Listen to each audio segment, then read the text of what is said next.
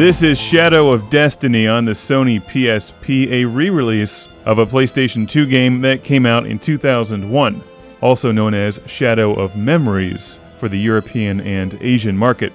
This game has a very, very cool storyline, but you know what it's missing? And I actually came up with a word for this. This is all one word. Burning people with monsters and cutting them in half-itude. You have been defying fate, haven't you? Maybe. What's it to you? I'm beginning to see a new thread. Fate is only there to be defied, but only if you're standing next to the bonfire of destiny. Your clock is now the fated hour. What? You mean I still haven't gotten to the root of the problem? No, kid, you just started this game. You've got a ways to go. Now look, burning people with monsters and cutting them in half-itude.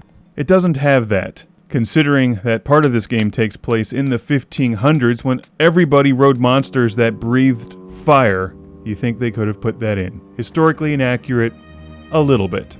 Cool storyline? Definitely. Good heavens! Fire from his hand! Listen carefully. Stop bothering this woman and go home. I hope that lighter was made in Grand Rapids, Michigan. Oh, you're leaving already? It's dark outside, so be careful. Let me know if you find her. I'll keep an eye out too. Tough luck, sis. I guess you're just not his type. Oh, what are you talking about? Shadow of Destiny makes for a nice PSP game. If you enjoy slower-paced mystery games with a cool plot, you might want to check this one out. I imagine that many people missed it the first time around. There's no excuse now because I'm telling you about it.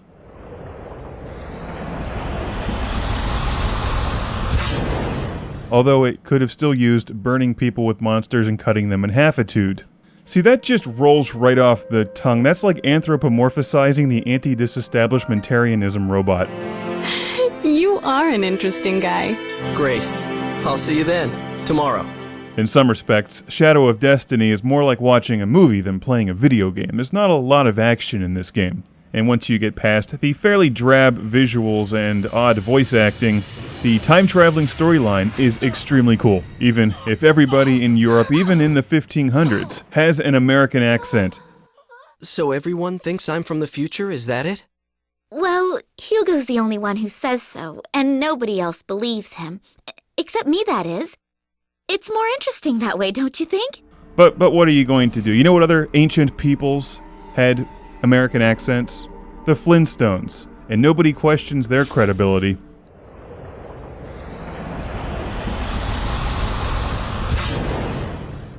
In a nutshell, what you're doing in this game is traveling back and forth through time in the same city.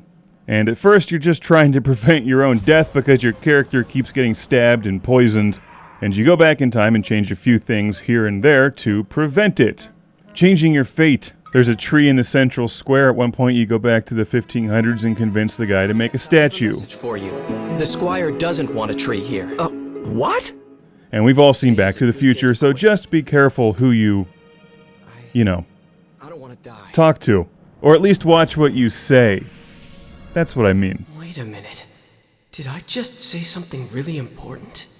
What? I couldn't hear you.